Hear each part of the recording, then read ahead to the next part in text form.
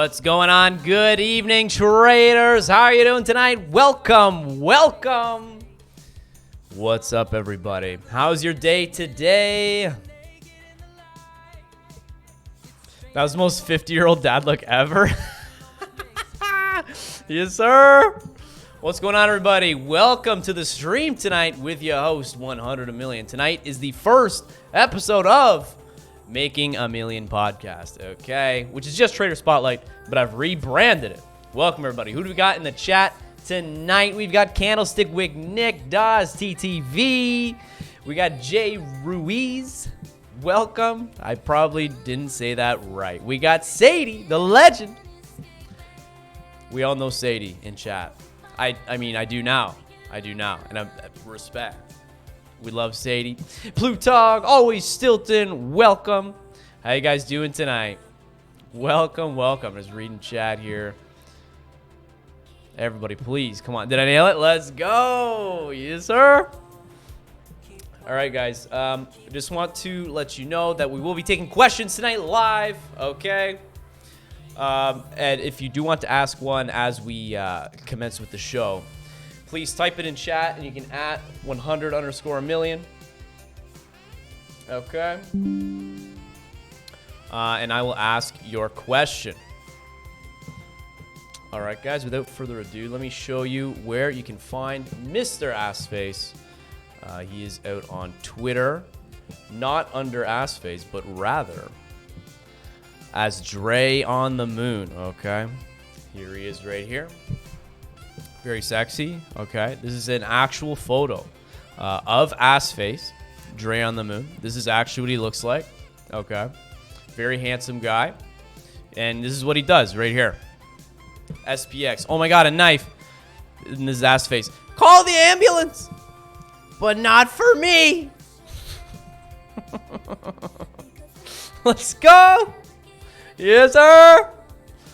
All right, guys. Let's get him on the call. And let's just fucking dive right in, dude. Let me just pop on to my my more chill lo-fi beats here. We'll make it all. Well, you got to really set the mood here before we get Assface on. It's he's a dreamy looking guy. Look at him. The size bigger than that eye. Very nice. Very, very nice. All right, let's say hello. Hello, sir. Come in. Are you there? Do you read? Going on? How are you? Good. How you doing? Good, man. Good. How's your night going so far? Pretty good. Good. Had a nice day today? Yeah, not bad. Sold a couple L's for some overnight swings, but made up for it with some the multi-bagger on puts on SPX. So pretty good day. Fire, bro. Sounds awesome. Not bad. So yeah, I was just telling these guys where to find you out on Twitter. Are you in any Discords right now that you want to shout out quickly at the beginning? So right now I'm in Saudi's Discord, just kind of helping out, going on live every now and then. I'm still in Red Hot's Discord. That's kind of where I started. Awesome. My Discord journey to begin with. But yeah, if you guys want to check them out, they're both great at what they do, and they both offer different services. Awesome stuff. We'd love to hear it. So that's where you guys can check them out on the Discord if you have Discord and want to get more into that. Let's begin. Okay. Thank you so much for coming on the show, bro. I'm so excited to talk to you. You've done some pretty fucking crazy shit out on Twitter for the community, helping others, learning along the way. And you've changed your life. You've truly changed your life, which is just amazing to hear. And I'm so happy for you and your loved ones and friends around you. Hopefully, you know, you're making those life changes for the better and doing really well just in general. Would love to kind of take things back with you and start kind of from the beginning, man. I'd love to hear, you know, how you first found about trading, where you started from, how you were trading at the time, and just sort of how you built into what you are today. Yeah, sure. I mean, first of all, thanks for having me. I like your course. Discord. I like the layout. Thank you. You know, I appreciate everything that you said. I think I've done pretty well, but at the end of the day, I just want to keep reminding people that I'm just an amateur trader, just here trying to learn and just try to get better at what I do. So, I lose all the time. I still take losses, but the main thing is that I try to win more than I lose. Gotcha.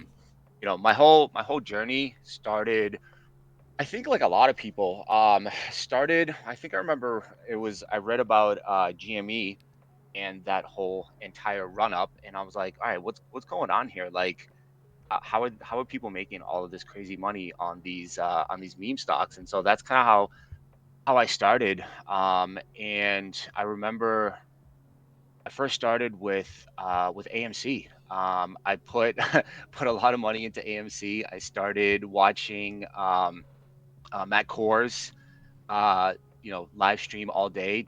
Basically, all I would do is just work and sit in front of the computer and watch Mad live stream all day. It's kind of where I learned TA. That's where I learned what a bull flag and a bear flag was. Let's I mean, go. that's literally where I learned all of my TA is from watching Matt. So think what you want about him and Trey and all those other guys, whatever. I don't really care, but he helped me.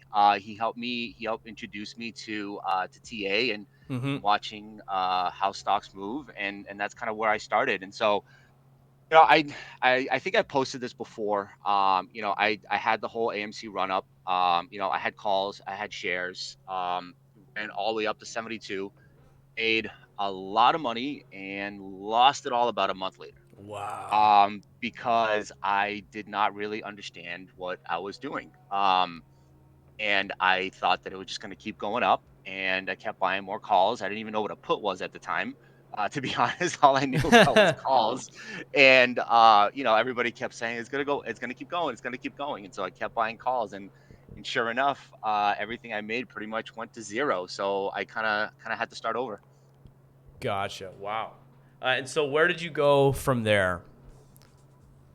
So from there, I got on Twitter and I kind of started learning a little bit more. I think what really helped me is when I joined Red Hot's Discord. Hmm. I think I joined probably, I want to say, around November of last year, sometime around then. And I remember he used to put out these heat sheets that talked about his fire fishing strategy and how he would look at the options chain to take a look at which one had a heavier call or put ratio.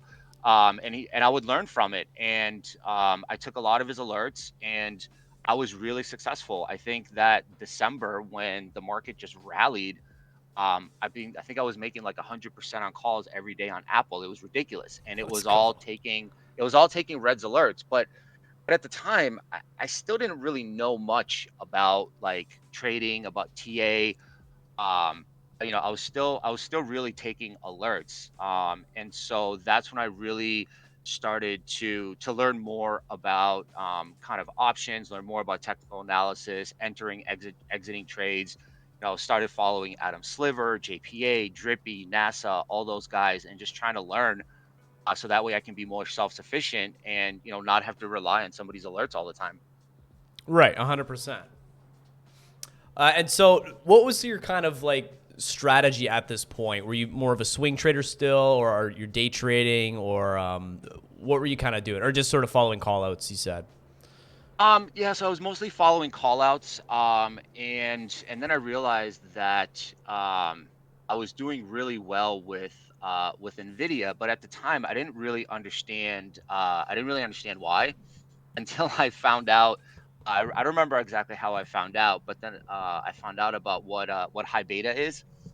Um, and once I began to kind of understand what a high beta stock is and how it moves in relation to the market and the index, that's when I really started focusing on Nvidia and being a little bit more self-sufficient, because Nvidia has a really high beta and it has a really high ATR. And I always used to talk about Nvidia Thursdays, right? It could move 3, 4, 5, 6, 7%, and if you catch it right, I mean, you can get a 10 bagger on a Thursday easy.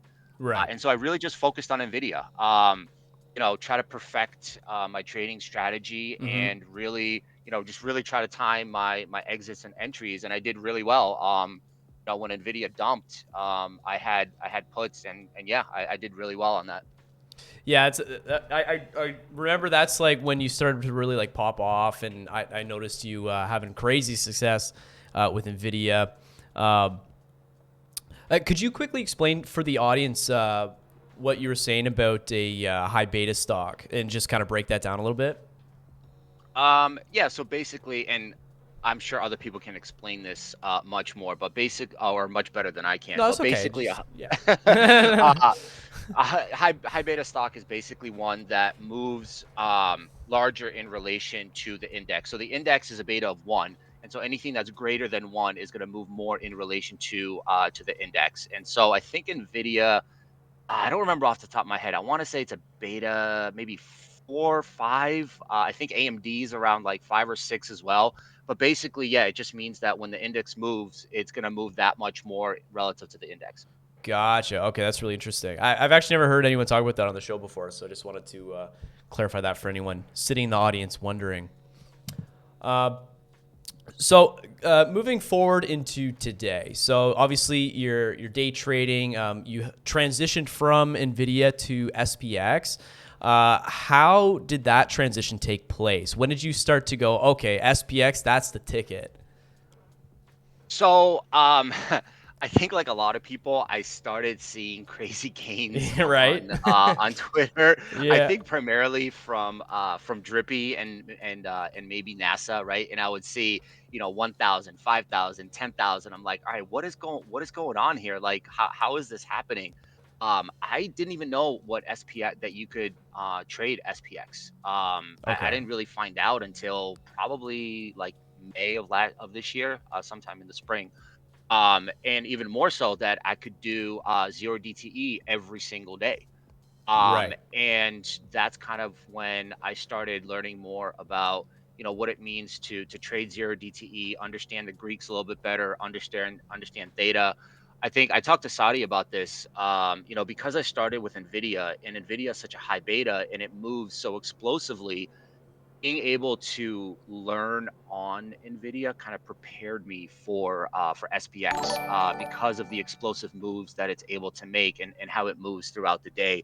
And so yeah, I just started focusing on SPX. I realized that I could trade less. It doesn't take much in order for you to have great gains. I mean, obviously you can lose just as fast as well, Hmm. but it doesn't take much. I could trade less. I could be a little bit more patient and really kind of time my exits and entries.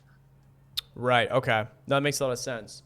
And one more question before we just move on from your story in general was I forgot to ask this earlier. Were you ever working and trading at the same time, and how was that for you?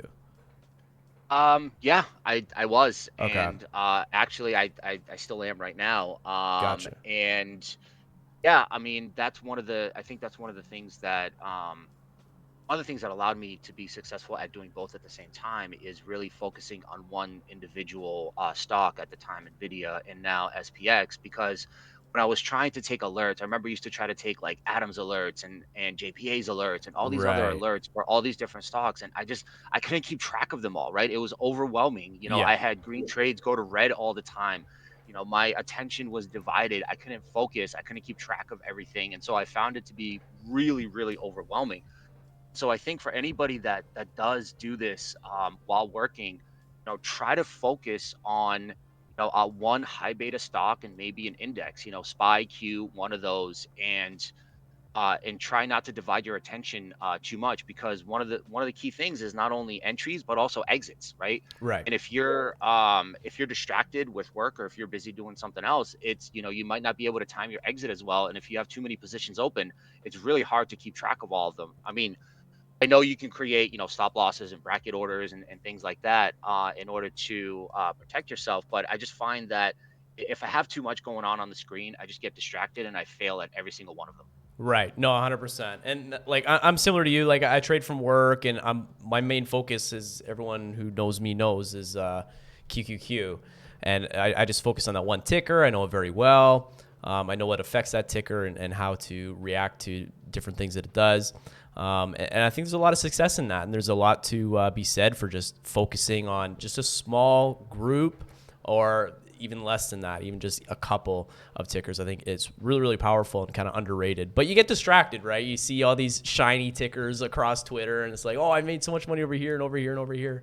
But I think, like you said, like the focus is key, and just kind of lock in one thing and get really good at that one thing. I think that's a really good takeaway from that. Yeah, I mean, I admire Adam and all those guys that just constantly give out bangers all over the market, and I'm just Right. like, how do you? I It's can't fathom how insane. you could possibly do that and maintain your attention. I mean, I admire those guys. I was never able to do that. More than two, and I fail. Right. No, I'm the same way, man. Exact same way. So let's talk more about SPX. Obviously, it's very, very popular right now, and people want to know kind of what your thought process is when you're looking at this beast. How do you tackle it? You're trading zero DTEs, so obviously your executions are everything. Timing is everything.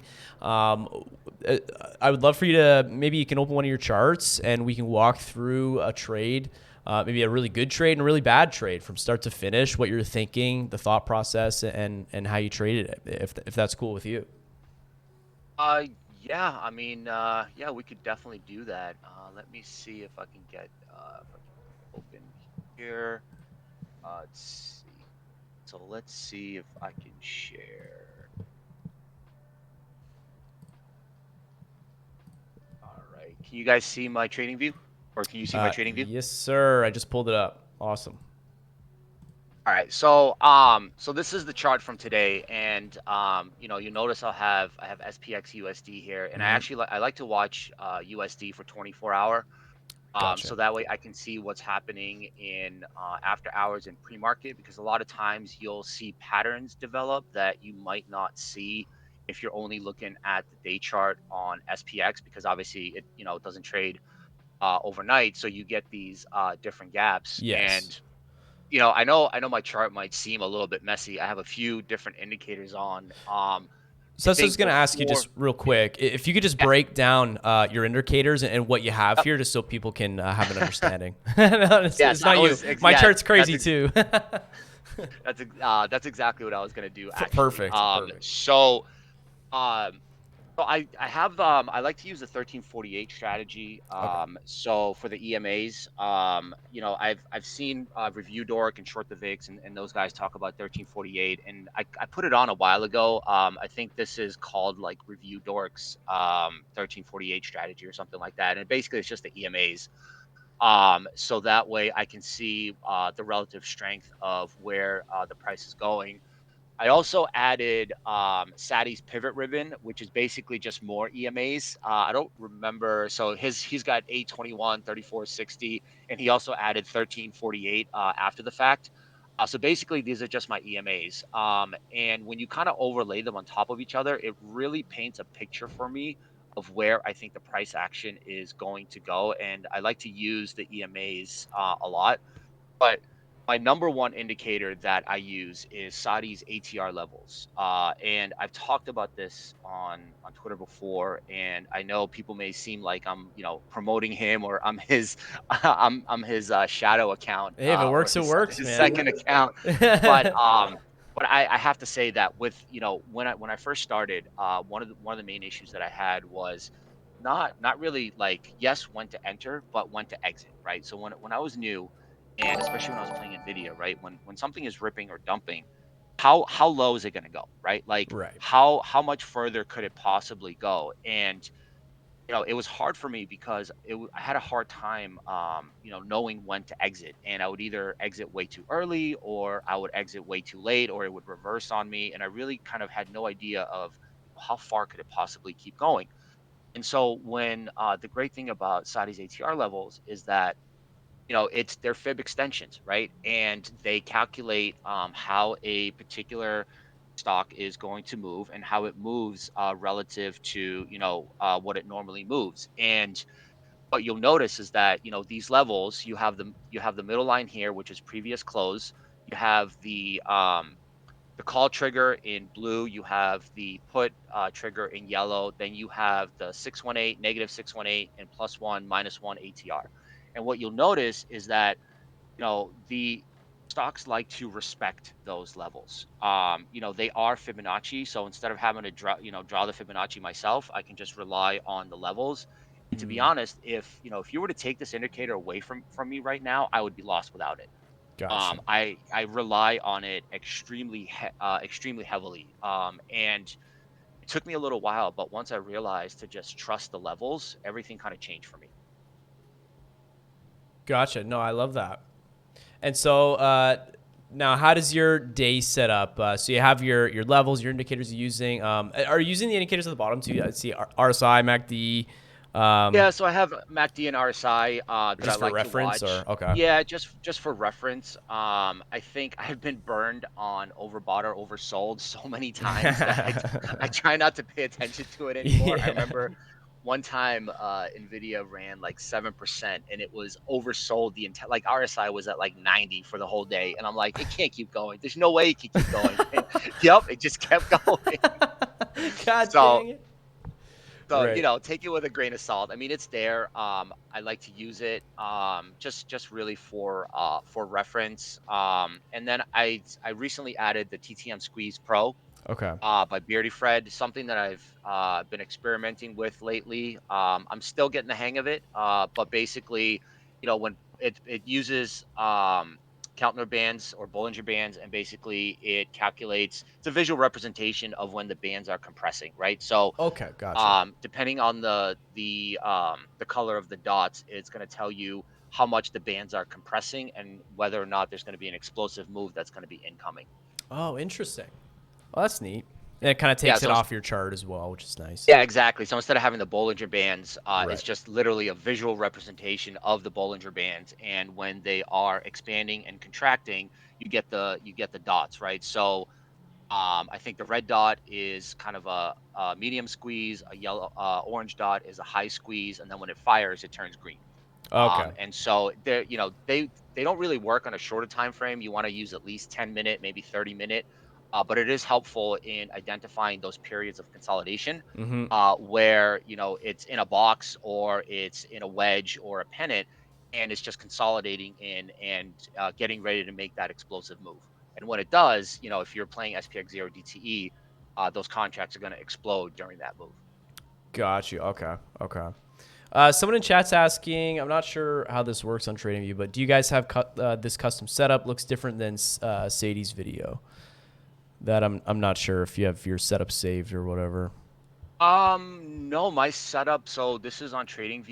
You'd have to just get everything separately, I think, and put it Let me together. get rid of the SR. Yeah, I mean it might look different. I guess it depends on which indicator he's talking about. So the pivot ribbon, I think I did change it Mm-hmm. a little bit.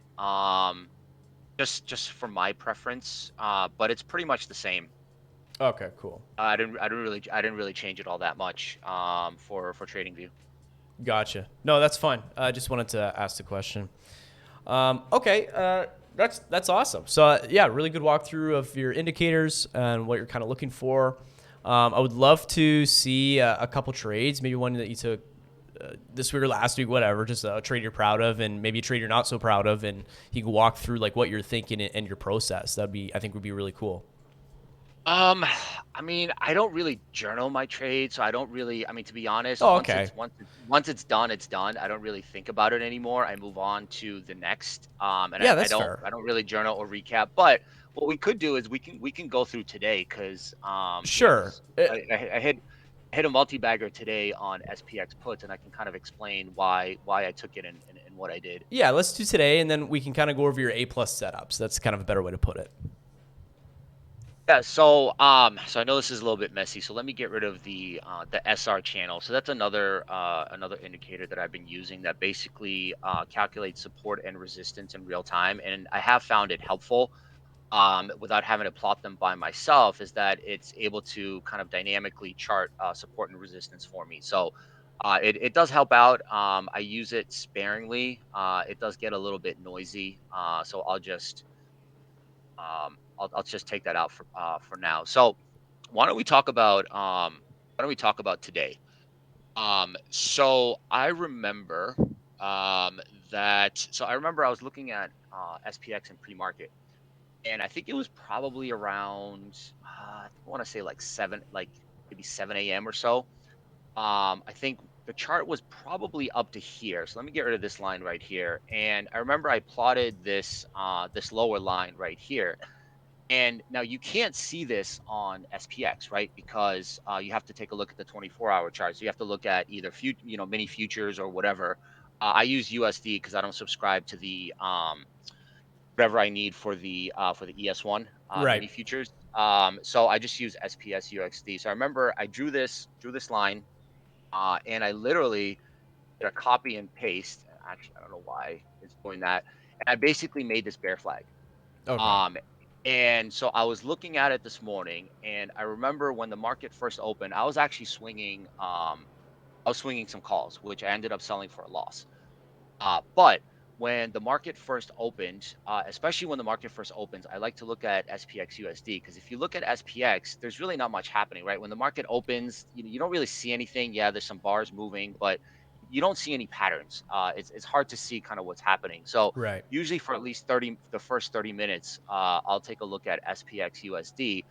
And so what I noticed here is that on go back. Usually I like to do the 3 minute.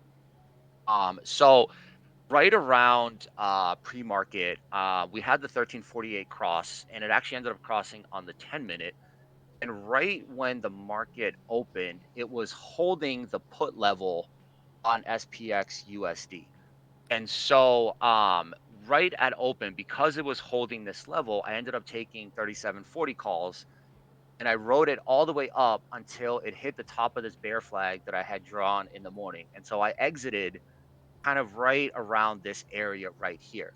Now, at the same time, I'm watching VIX. If you're Mm-hmm. not watching VIX while you're trading SPX, you really should be, because I think most people know VIX moves inverse to SPX, right? Yes, it's a measure of volatility, fear index. When typically when VIX goes down, SPX goes up, and when VIX goes up, SPX goes down. About 80% of the time.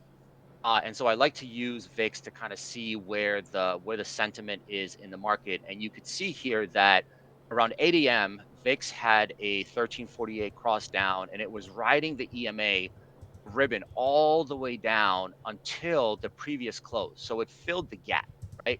And it filled the gap right around 1025, which was the previous close. Take a look at this, right? This 1025 right here coincides with the top of this bear flag right here, right? So Perfect. so this is why I exited that position because VIX was oversold. It filled the gap. And whenever anything gets far away from the ribbon like this, it's always going to pull back, right? So you see these Right. pullbacks, pullbacks, pullbacks, right? There's a huge dump right here, which was correlated with this run up right here. And then it was getting to that gap fill. So it filled the gap, it was oversold. I sold my calls and I switched to puts.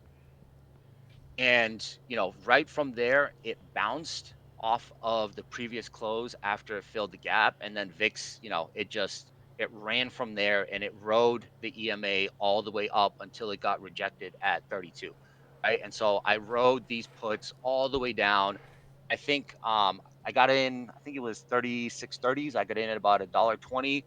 I took profit, I think at like 4, 5, and then I exited at 6. And I think they ended up going to 8.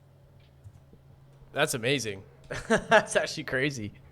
Really well played. A lot of, yeah, just a lot of great technical analysis there. I like that a lot.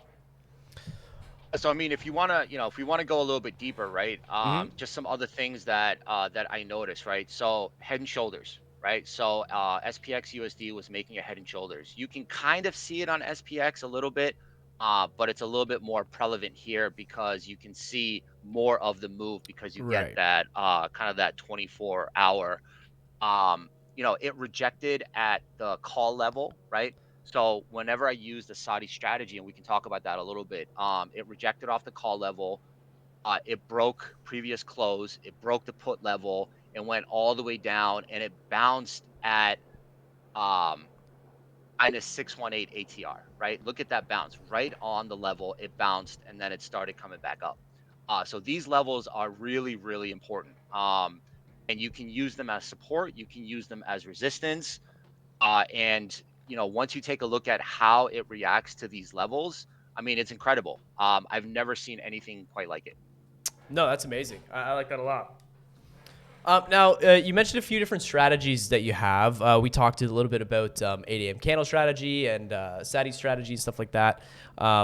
Would you like to expand on some of those strategies and kind of how they work? Yeah, I mean, absolutely. So we'll save the 8 a.m. because that's still kind of a theory. I don't know if it actually works or not. No, it's no You know, problem. it's just no, it's just it's a thing that I noticed. It's a pattern that I noticed, but it's not really a strategy. Right, right. We can talk a little bit about that, but what I do want to talk about is the Saudi levels Definitely. and how I play the levels. I think let me pull up the actual strategy because I don't remember exactly what I wrote because I think there's people that have questions on particular numbers. So let me talk about the actual numbers in terms of the strategy, right? So we talked about the levels, right? We have previous close, we have the call, the put, the 618, and the plus minus one ATR. And what I like to do is first and foremost, if you can afford it, I like to take strikes that are one level away, right? And what I mean by one level is that, say, for example, we'll just use today. We'll do SPX. We'll use today as an example. Let me clean this up. Um, right. So, when it was holding the previous close, right? Let's say it was holding the support. It bounced off the EMA. It bounced off the ribbon. Let's say you got on calls here, you would take calls that's one level away, right? So if you're holding the previous close, then you would take the 37 tens. And why do I do that? Well, for one, is that SPX typically likes to move 2 to 3 levels, right? Depending on where it moves in a day. So you'll notice that today it went up to the call and then it moved 1, 2, 3 levels down to the minus 618. So that's typically how much it likes to move in a day. And the reason I like to do one level is because it has a higher chance of going in the money. And when it does go in the money, that's when the contract explodes, right? Right. Because after that, it has intrinsic value and it just explodes. And you can hold it longer, right? Because you're less susceptible to theta. You're in the money. You can hold it a little bit longer to get that extra follow through towards the end of the day. If if you can't afford it in the morning, because they are going to be more expensive, especially with VIX this high, the contracts are really expensive, one level away. You could always do 2 levels. I wouldn't do more than two, unless you plan on selling very quickly, because there's less of a likelihood of those actually going in the money. And if you do take it more than one level away, you need to make sure that you sell into strength. And what I mean by into strength is that when you see those giant green candles, right, whether or giant red candles, right, if VIX dumps or VIX explodes, and you see those massive candles, those contracts are going to explode during that time, right? Mm-hmm. Because of the Greeks, because of the option, the way the options move, they're going to explode. And as soon as it starts to wick back down, the contracts are going to go down in price. So you want to either scale out or sell when you get those massive explosions. Right, right. Yeah, similarly on my trading stream, we call them premium pushes. It's the exact same thing that's being described here. That's a great exit strategy. And so right, so we talked about number one. So let's talk about number two. So take position on level breaks and rejections. So what does that mean, right? So that means really exactly what it means.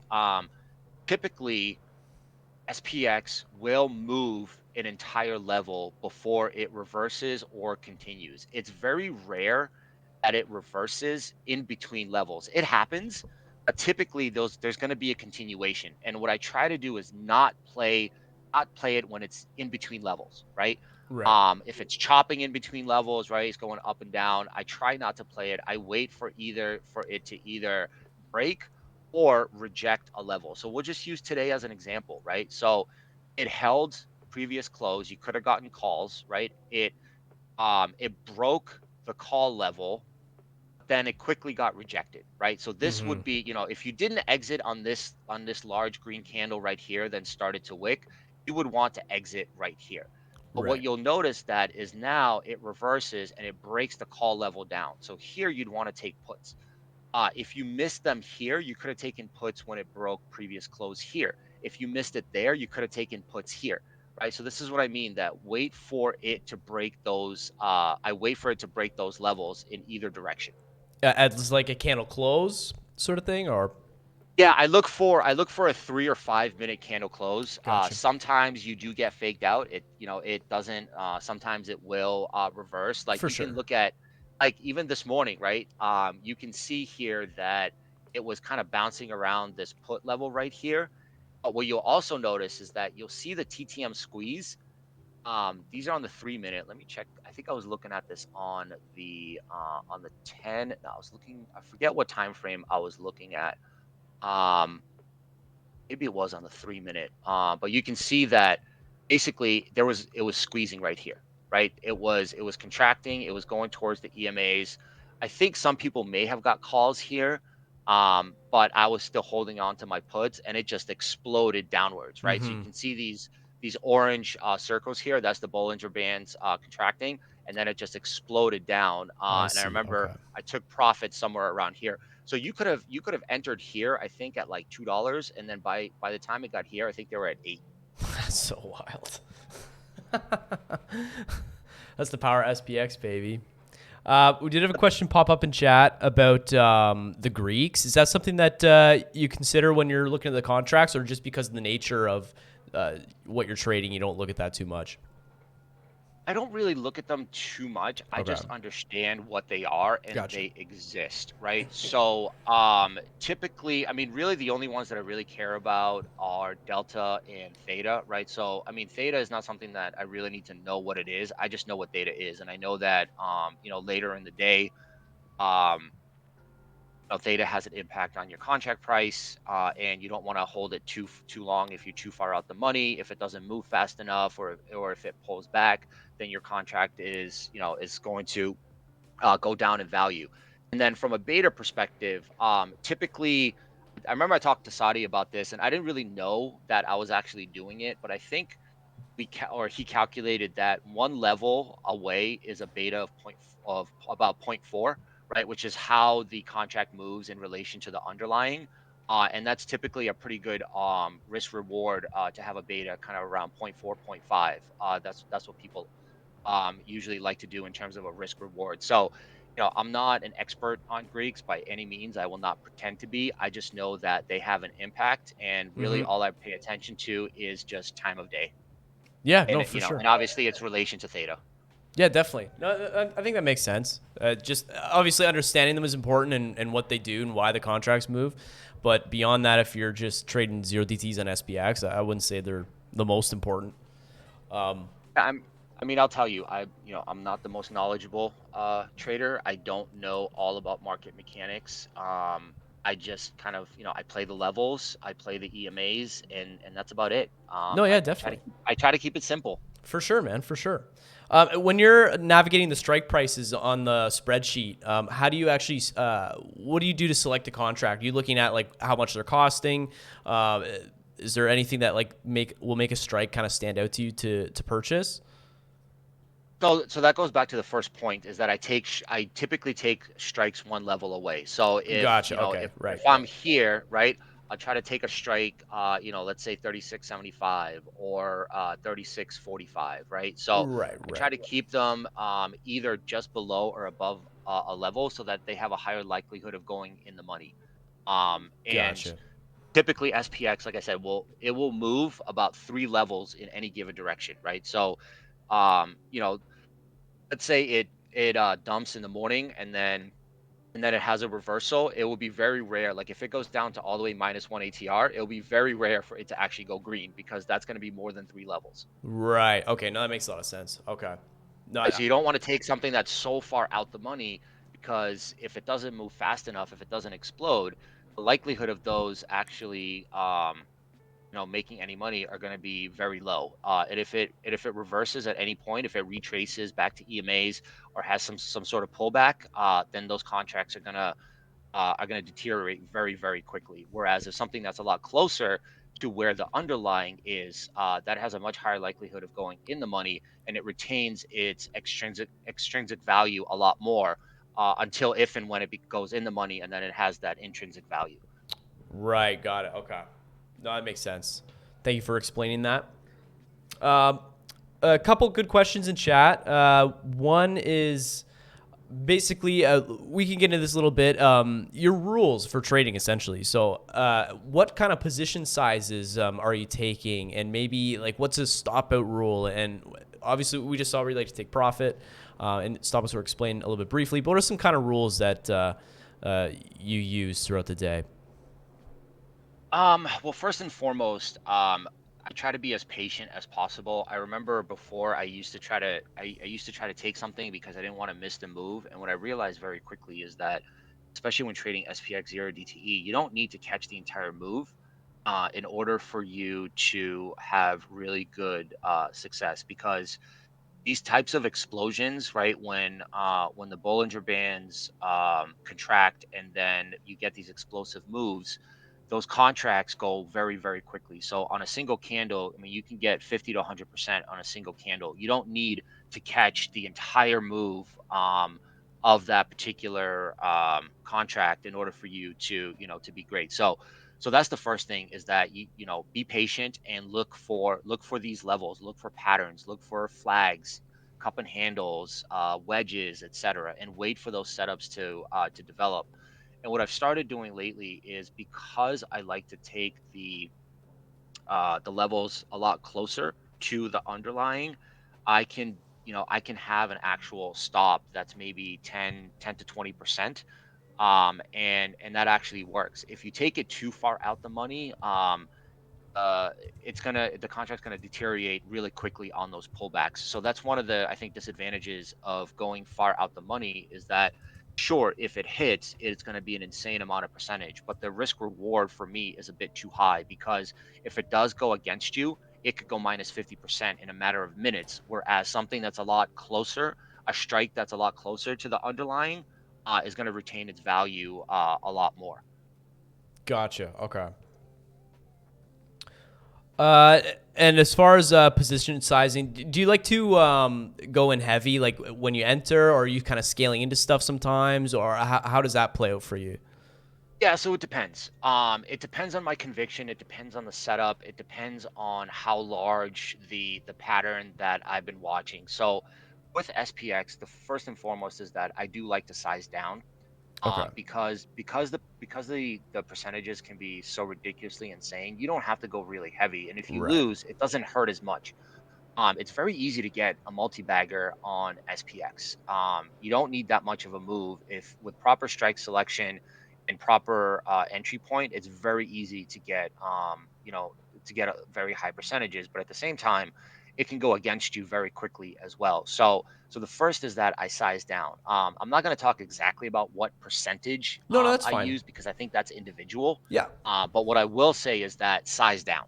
Right. Um, if you're doing 10, go to 5. If you're doing 5, go to 3. Absolutely size down. It also depends on what's happening, right? So let's go to the 1 day. Um, I think I posted this on Twitter a while back. So August 26th and September 13th. I went really heavy on these. Why did I go heavy on these? Well, we had big market events. We had a giant Head and Shoulders forming on the daily, right? We had this ascending wedge that then dumped on I think this was the day that Powell was speaking, or if it was CPI. I don't remember exactly what it was, but these two days and September 21st, I sized up because these were massive events, and I had a lot of conviction of what technically, what was happening in the market, what was happening with the economy, et cetera, et cetera. And so I went in heavy on those days, and I did really, really well. But I don't normally do that, right? I remember talking to the Discord and inside his Discord, and I'm like, I was literally telling them I'm waiting for this day. Like, I'm going in heavy. I've been waiting for this for a week. And yeah, I went in heavy, and luckily, it went the way that I thought I was gonna go. So it Yeah, that's depends, right? huge. It Right. depends on the conviction. Right, right. In the situation and confluence and stuff like that. 100%. Another great question in chat from Tony Stark. How do you utilize flow data, and do you? How important is that? Yeah, I do. So I have unusual whales up. So when I look at SPX, I only look at those that particular day's positions, and I only look at anything over 100,000. Actually, I was getting this filter up, so I put in 10,000 by accident. So I only look at anything over 100,000. Now, what I really like to look for is I like to look for anything that has a size greater than open interest and is over 100,000. Um, if you see somebody going in heavy over 100K and the size is over open interest, there's a high likelihood that it's going to go in that direction because you don't see that very often on a zero, right? You'll see deep in the money. Maybe you'll see at the money. You don't really see out the money. So if you see out the money and you see sizes heavier than open interest, I like to follow those. Unfortunately, I've been talking to the whale about this, and the out the money only filter is currently not working. Oh, So I know, okay. yes. So I know some people have they've changed the premium, right, to be the spot range to be a little bit less, so that way they can catch ones that might be out the money. And it kind of works, but obviously, it depends on what what that spot range is. So you may or you may not catch it. But anytime I see these blue right here, right? So I think there was one. Remember there was one, was it this morning? Oh, I think it was over 50,000. I like to go look at 50,000 sometimes too. I think there was one, I want to say it was this morning for, it was 3605, 3605. Okay. Yeah, I don't, I can't seem to find it right now, but I remember I posted it in the Discord, but somebody went really, really heavy. Wait a minute. Oh, these are. I'm gonna have to see if I can catch something in the morning. Yeah, no worries, no worries. But anyways, yeah. So somebody this morning put in size over open interest over 50,000 for like 3605s. And when I saw that, I'm like, okay, somebody knows something's going to happen because you typically don't see something that far out the money with that large of a position. So I Gotcha. definitely like to follow those but I also make sure that it lines up with my thesis, right?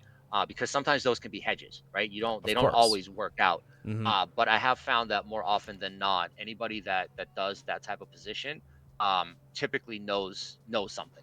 Right, right. Yeah, and it's going to add some confluence to your play if you're already looking in a certain direction or whatever, and you see that pop in. It's money time. It's game time, right? Uh, yeah, no, that's great, and that's basically all that you're using Flow for is just for extra confluence and stuff like that. Yeah, that's it. Sweet. That's all I look for now. And I like to see when people are exiting their positions, right? Whether they're calls or puts. I like to see when they're exiting. If I'm seeing calls getting hammered, then there's a high likelihood that we're going to keep going up, right? So I like to take a look at what the premium is, how it's moving, and if I'm seeing calls or puts getting hammered, then it's most likely going to make a directional move. Yeah. Okay. Cool. No, I love that. I used to use Flow myself. I kind of ended up stepping away from it just because I'm restricted to one screen while I'm at work. I'm just like, bro, it's so tough. I'm like just trading on my phone. Like sometimes I have a computer with me, but it's kind of rare. And it could be so tough, man. I don't know what your setup's like at work, but it's got to be better than that. I mean, yeah, I only use one monitor and my laptop. It can definitely get confusing sometimes, and Oh, that's one for of the other sure. reasons why I have to keep it simple, right? I don't Yes, have 20. I'm not looking at 20 monitors. exactly. Um, what was that meme someone said? The more monitors you have, the more likely you're gonna lose, or something like that. If you want to increase your lose rate, get more monitors or something like that. Yeah, exactly. Sadie says 100 million easy. Just quit your job. You're right. You're right. Okay. Okay.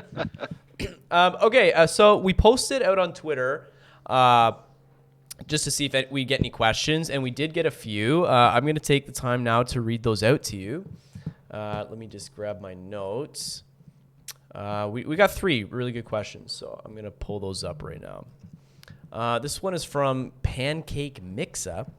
Would appreciate it if you could talk about what you look for before entering SPX swings. Is that something you do often? Because it sounds like you're mostly day trading it, but would love to hear more Yeah, about that. almost never. Okay. I think so. Sometimes sometimes I will. And if I do, it's usually a starter position, or it's more of a lotto. And I'll give an example of when I wanted to enter, but I didn't. So I think I want to say this was was it yesterday? I think it was might have been last week. There was a descending wedge right here that was being made. So this was on the 22nd. So this was last week. Okay. There was a descending wedge that was being made. And I originally I saw it, and I was gonna open a position, and I was gonna swing it, but I thought, you know what, I can trade SPX in pre-market, right? So Fidelity, you can trade at 7 a.m. I know international brokers, I think it's 24/5. Like, you could take positions at any time other than when it's closed, from like I think it's like 4:30 to 5, and 9 to 9:15 in the morning. Um, and I thought, oh, you know what? I'll just open it in the morning. And that's kind of one of the reasons why I don't like to swing, is that because I can get in pre-market, and most of the big moves happen typically between 8 and 9 a.m. Right? That's when the news comes out. Typically that's when you see those moves. But on that particular day, um, the London desk opened, and we just dumped at 3 in the morning. And we continued dumping. And I remember I was like, I thought about taking puts here. I had a feeling it was gonna break that descending triangle. Right. But I was gonna wait until the morning, but no, it decided to dump at 3 in the morning. Damn. So I missed it. I mean, I got in later. Yeah, of course. But yeah, so that's why I don't like to swing. Typically because if it doesn't go in your direction the entire time, the likelihood you'll probably end up losing money on that contract, unless it dumps or it just rips, which usually almost never happens. There's usually some sort of pullback. There's some sort of consolidation. It almost never goes in a single direction. And Right. because most of the moves typically happen around kind of 8 a.m., I feel like it's better off getting in pre-market Okay.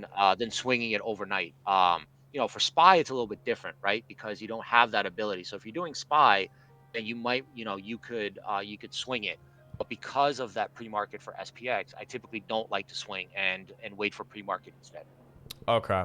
And so to do that, you're watching SPX USD, but trading SPX contracts, right? Correct. Yep. Okay. Yep. Okay. That's Cool. exactly it. Yep. Yeah, because like I watch SPX as well. I never knew about SPX USD. I never looked at that on TradingView before, but in the morning, I've always wanted to put out levels for SPX, but I don't know the pre-market levels, and I just see a gap, and I'm like, okay, well, I guess I got to play it by ear every day. But no, it's good to know about that, and I never thought to look at that. Yeah. So if you take a look, right, if we'll take a look on this 10-minute for today, you would have never known that there was a bear flag, right? Right. Unless you would have never known. Mm-hmm. Right, and so this is why, and obviously you can look at E-mini futures, right? So you can always use that as well. Yeah. But again, I don't subscribe to the real-time data for it, so I use the XPX USD Forex chart, which is a little bit off in price, but it correlates really well, and you can definitely see those patterns developing that you wouldn't normally see. You just see those gaps. Gotcha. Okay. No, that's good to know.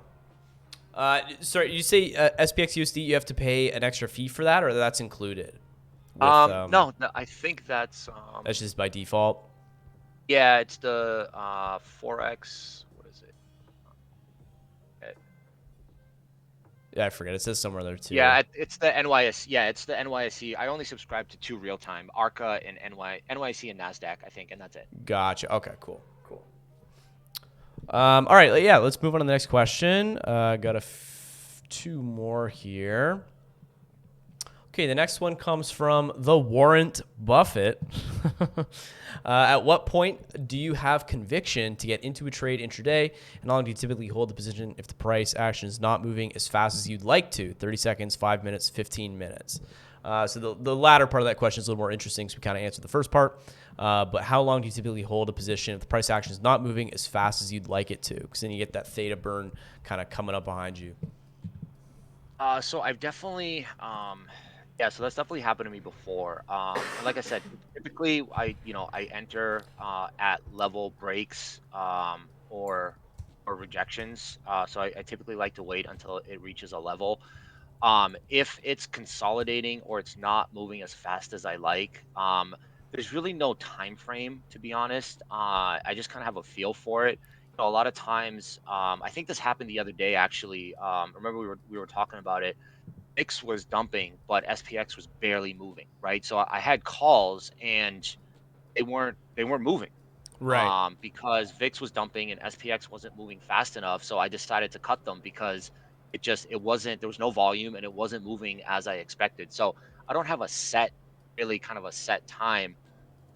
It's kind of more by feel, that if I feel that it's not moving as fast as it normally would, and that's just by experience, Mm-hmm. then I'll cut it. Gotcha. Yeah, sometimes that can be the best stop as well, right? Stop before it kind of fades in the wrong direction or whatever. Let's pull up the last question here from Johnny Quest. Okay, we kind of did this already. You just said, I would like to see a trade or two discuss entry, exit, sizing, your thought process, etc. We did go over that already. So, is there anything that you think we kind of missed that we could go over, or any strategies you'd like to touch on before we kind of move towards the end of the podcast? Um, we didn't get a chance to talk about the 8 a.m. candle. I know a lot of people have been asking me about it. I don't know if you Yeah, wanna yeah, wanna let's talk do about it. that a little bit. You can lead with a disclaimer if you'd like to, but it's up to you. Well, the disclaimer is that it's just a theory, and I don't actually know if it works or not. It seems to work, Yeah, it's but cool. I More the honestly merrier. have, I've been but watching for it too. I've been looking. I've been looking. Did it work out today so for you? I didn't use it, Okay. but let's take a look. So basically, what the theory is that at 8 a.m., you get these candles, and we'll take a look at Nvidia, right? So this is the 8 a.m. candle here, and I think there's some debate over what these actually are, right? Some people say that it's dark pool, some people say it's delayed orders. There seems to be some debate about what they actually are. All I what I all I know is that what I have noticed is that typically when you see these candles, I like to pay attention to is the wicks. Whether there's a wick on the top or if there's a wick on the bottom. And what that tells me is the strength of the buyers and sellers relative to whatever those orders are, right? So let's say they are dark pool, right? Right. So what is the strength of the seller relative to the buyer? And what I'll notice is that if there's a bottom wick and there's no top wick, it's going to rip. There's a top wick and there's no bottom wick, then it's going to dump. So basically, it's going to move in the opposite direction of the wick. It doesn't matter if it's red, doesn't matter if it's green. What really matters is the wick and the length of the wick. Okay. And when you have wicks like this, right, where you have both top and bottom, what that tells me is that there's both buyers and sellers. So whichever direction it starts off, and it's going to reverse at some point. The other side is going to step in and it's going to reverse. And I know that sounds like, oh well, you're just saying, yeah, it could either go up or it can go down. Well, yeah, but Right. um typically if it'll move in that opposite direction. So let's take a look at Q today, right? Okay. So Q had a long top wick, right? And it had a bottom wick. So there were some buyers. So it did run up initially, and then it hit resistance at just about at the 618 level, and then it reversed and it went down more and it went up. Right. See what I mean? So you see how long this wick is here, right? Mm-hmm. So if you look at how much it ran up versus how much it went down, the move down was a lot stronger than the move up because this top wick is longer. Got you. Okay. Um, Apple kind of chopped around a bit, right? So they were kind of even, right? So it went up, it went down, and then it chopped for the rest of the day. Let's take a look at Microsoft. Same thing, right? Kind of equal. It went up, it went down, pretty much the same amount, and it Almost chopped. closed even. Yeah. Right? You see that, right? Mm-hmm. So it came up and down the same amount. Um, See, it doesn't always work, right? Because look at Tesla. Right. Tesla had a wick that's pointing down. It went up, which I would have expected a much stronger move down Right. because that top wick is so long. But it did go down, but it didn't go as much as I would have expected to. So, it's not perfect. Sometimes it works. But what I do like to pay attention to is that if there's no wick at all, right? So if meaning there's no opposing wick, it then it then it will go in that direction, Okay. or in the opposite direction of the wick, right? So Right. if there's long bottom wick but there's no top wick, chances are it's gonna rip and it's gonna stay ripping for that entire day, and vice versa, right? If there's a long top wick and there's no bottom wick, then it's just gonna dump. Okay, I got you. No, there's definitely something to that because like it works out a lot more than it doesn't work out. So I mean, there's something to it. Obviously, we're not going to be out here trading just solely off that, but definitely good for confluence and good for that added sort of confidence in taking a trade, right? Yeah, I mean, it's just another data point. I think what I like to pay attention to is that if I do see those rare occasions where there's a really, really long wick and there's no opposing wick, those are the ones that I really pay attention to. If there's wicks on both sides, that just tells me that it's gonna reverse at some point, and in that case, I would just watch the levels, and take a reversal at the put, at the call or put level or whichever level it is. I just be looking for that reversal. Gotcha. Okay, no, that makes perfect sense. Quickly at this point, I'd just like to mention once again, if anybody has any questions, feel free to type them out in chat. Okay, we can take some live Q&A now. Type them out. You can at 100 underscore a million or just type them out. That's fine too. I'll see it. I got it. My laptop is open here. And yeah, anything you'd like to to mention or touch on at this time, or what are your thoughts the rest of the week even? My thoughts for the rest of the week, I have no idea. I will check pre-market tomorrow. I will see where we are and Good man, and me and too. and and play that day whatever it gives me. 100%. What I am seeing is that it's going back in this bear flag. So maybe we do have a relief up to maybe 37.25 or so. But I'll take a look at pre-market and see Gotcha. where we Yeah, are at that point. I'm not gonna try to guess right now. Who no, knows what'll happen definitely. overnight. I'm the exact same way, man. I wait till pre-market, and that's 100% what my thing is. And I'm like you. I'm in and out, and I try to be done trading before 11 o'clock because that's when my work kind of is settled down a little bit, and I have time to make those trades, and it's when I've become comfortable trading. Yeah, Um, I think go ahead, go the ahead. one thing I'll yeah, I think the one thing I'll say is that try to keep things simple. I know there's a lot of great people on Twitter, a lot of guys that I follow, a lot of good advice, but you have to remember that everybody on Twitter that posts anything is going to have a bias towards whatever position that they're in, right? And so you have to take what people say with a grain of salt. Is that everybody's going to be biased in their particular position. So what I try to do is tune out the noise and just play the chart, right? If I see somebody kind of put some TA up, that's something I didn't notice before. I think I remember JPA one time put a Head and Shoulders. I think it was on Nvidia that I completely missed. Right. I just didn't notice it, and I ended up taking a position because of that. So I think it's good to see what people post, take a look at TA, take a look at ideas, but don't get married to those ideas because they can change, they can be invalidated, right? So just because somebody posts something, that doesn't mean it's going to play out. Um, it's good to have that in the back of your mind. Chart it out, see if it makes sense to you, but try not to try to ignore a lot of the noise that happens because it's just going to confuse you and you're going to start to second guess yourself. 100%. One question that I kind of thought of while you're talking there is if you could point out like the biggest major thing that really turned trading around for you from being into just, a guy who's interested and wanted, a better lifestyle and stuff like that into someone who's made this into a profitable business venture? What was that one thing that sticks out as like, that's what really changed the game for me? Um,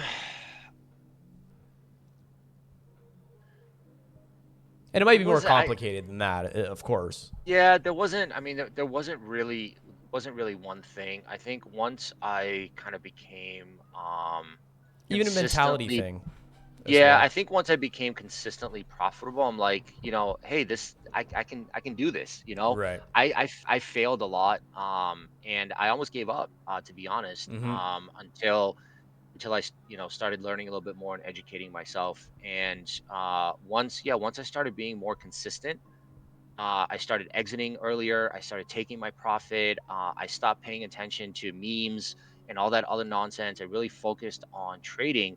That's when I realized that This is more than just gambling. This could actually be a profession. Yeah, 100%. I like that answer. Got a question coming from Kong in chat. How do you interpret volume when day trading, and does it play an importance to you?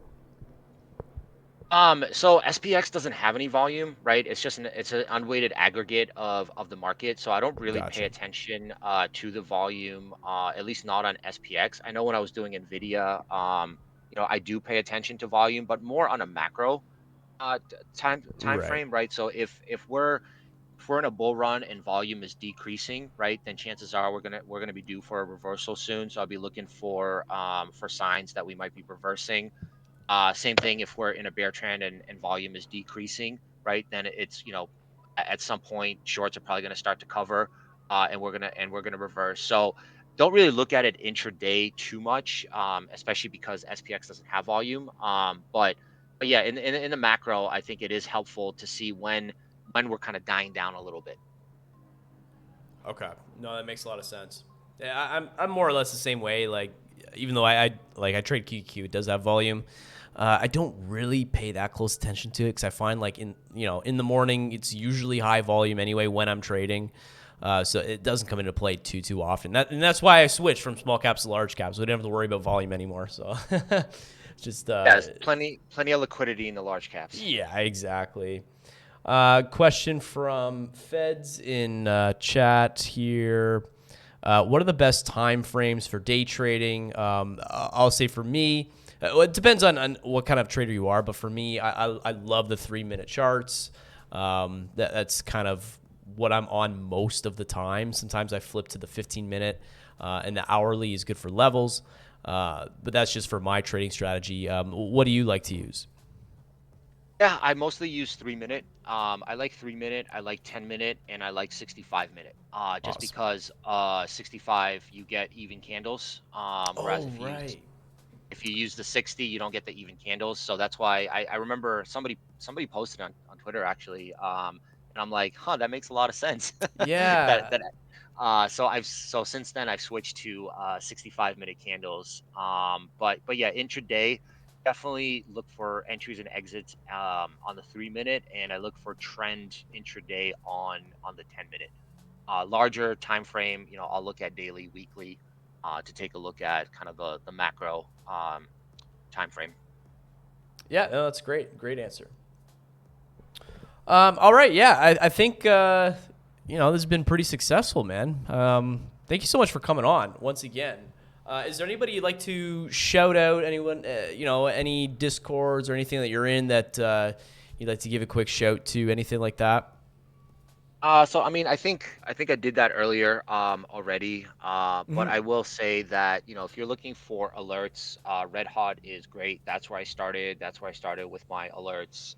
Saudi's Discord's fantastic for learning and becoming self-sufficient. I learned from Drippy and his YouTube videos. I learned from JPA, learned from Adam, from NASA, all the guys that you already know. Those guys are all great, and there's so much Fortune, Socrates. There's so many guys out there that just have so much information that it can be overwhelming sometimes. But if you kind of dissect and kind of learn, and kind of understand the impact that it has on the market, I think it'll help you become more successful. So follow those guys. They have a lot of wealth of knowledge, and that's kind of who I follow and who I learn from. Awesome. Yeah, I love that. And Red Hot Trade is a fellow Canadian. So mad support for fellow Canadian stock content creators. I think he's on Twitch as well. So check him out on Twitch also. Um, yeah, hopefully me coughing wasn't too loud in the mic. I do have COVID right now still. I still have these symptoms, man. It's been brutal for me. I don't know. It's been so I, annoying. I had it like 3 Something times. I cute, hope, cute, hope you feel cute. better. What's that? Sorry, someone's playing a sound alert.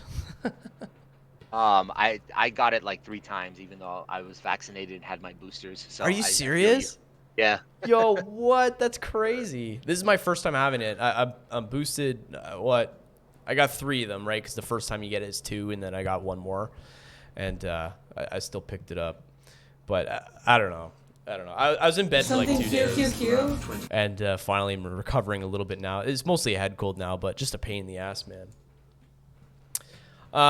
Yeah, but anyway, not to take up too much time. Thank you guys so much for joining us tonight.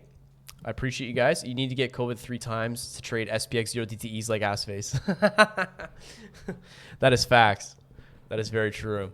Once again, guys, you can follow Assface out on Twitter at Dre on the Moon. Okay, here's his Twitter out over here. Definitely hit him up. Awesome guy, really good, excellent, profitable trader. Rules posted, all kinds of great content out here to check out. Okay, all the Discords that we mentioned, we post about all the time, so you'll definitely see them if you follow them out on Twitter. All right, brother. I just want to thank you again so much for coming on the show today. I hope it was, a fun and a good experience for you.